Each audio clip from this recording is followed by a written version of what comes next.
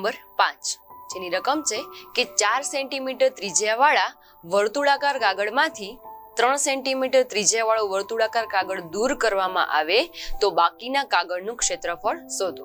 અહીંયા પાઈ બરાબર 3.14 નો ઉપયોગ કરવાનો છે. જો પહેલા તો રકમ સમજીએ તો આકૃતિ આપેલી છે એમાં બે અલગ અલગ રાઉન્ડ દર્શાવેલા છે. એટલે કે જે કેપિટલ આર દર્શાવેલો છે તે બહારના કાગળની ત્રિજ્યા છે અને સ્મોલ આર વડે દર્શાવેલું છે તે અંદરના કાગળની ત્રિજ્યા છે. તો સૌપ્રથમ આપણે તો વર્તુળાકાર ભાગનું ક્ષેત્રફળ શોધીશું, પરંતુ આ દાખલામાં બે અલગ અલગ ક્ષેત્રફળ શોધવા પડશે. એક કેપિટલ આર વાળી ત્રિજ્યાનું અને એક સ્મોલ આર વાળી ત્રિજ્યા. તો અહીંયા લખીએ કે અહીં વર્તુળાકાર કાગળના બહારના ભાગની અથવા કે બહારનો ભાગ બરાબર 4 સેન્ટીમીટર અને વર્તુળાકાર કાગળના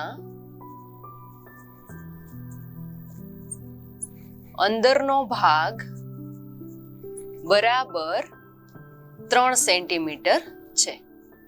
જે બહારનો ભાગ છે એ મોટો છે તો આપણે એને કેપિટલ આર વડે દર્શાવીએ અને આને સ્મોલ આર વડે દર્શાવીએ. હવે વર્તુળના ક્ષેત્રફળનું સૂત્ર મૂકીએ. તો સૂત્ર છે કે વર્તુળનું ક્ષેત્રફળ બરાબર પાઈ આર સ્ક્વેર, પરંતુ અહીં આર ના બદલે આપણે ત્રિજ્યા લખીએ કેમ કે બે અલગ અલગ ત્રિજ્યા છે એટલા માટે.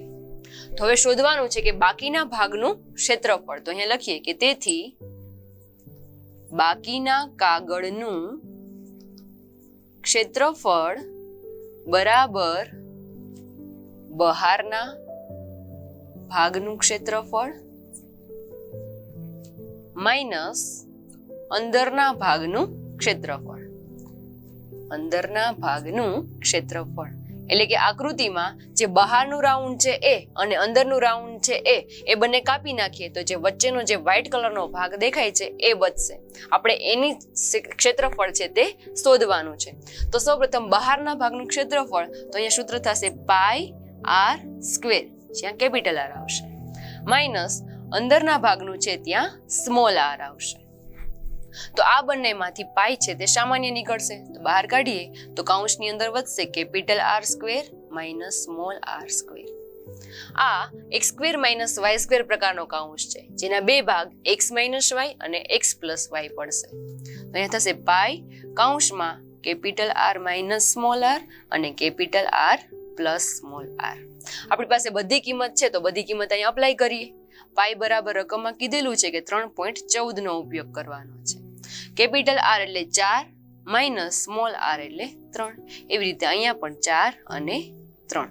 જો સાદું રૂપ આપીએ તો અહીંયા થશે 3.14, 4 માઇનસ 3 એટલે કે 1 અને 4 વત્તા 3 એટલે કે થશે 7. 3.14 ગુણ્યા 7 જેનો ગુણાકાર કરીએ તો 7 4 8, 7 1 7 અને 7 3 21. 21.98 ક્ષેત્રફળ છે એટલા માટે આપણે મીટર સ્ક્વેર શબ્દનો ઉપયોગ કરીશું. એટલે કે બાકીના ભાગનું જે ક્ષેત્રફળ છે એ 21.98 મીટર સ્ક્વેર થશે.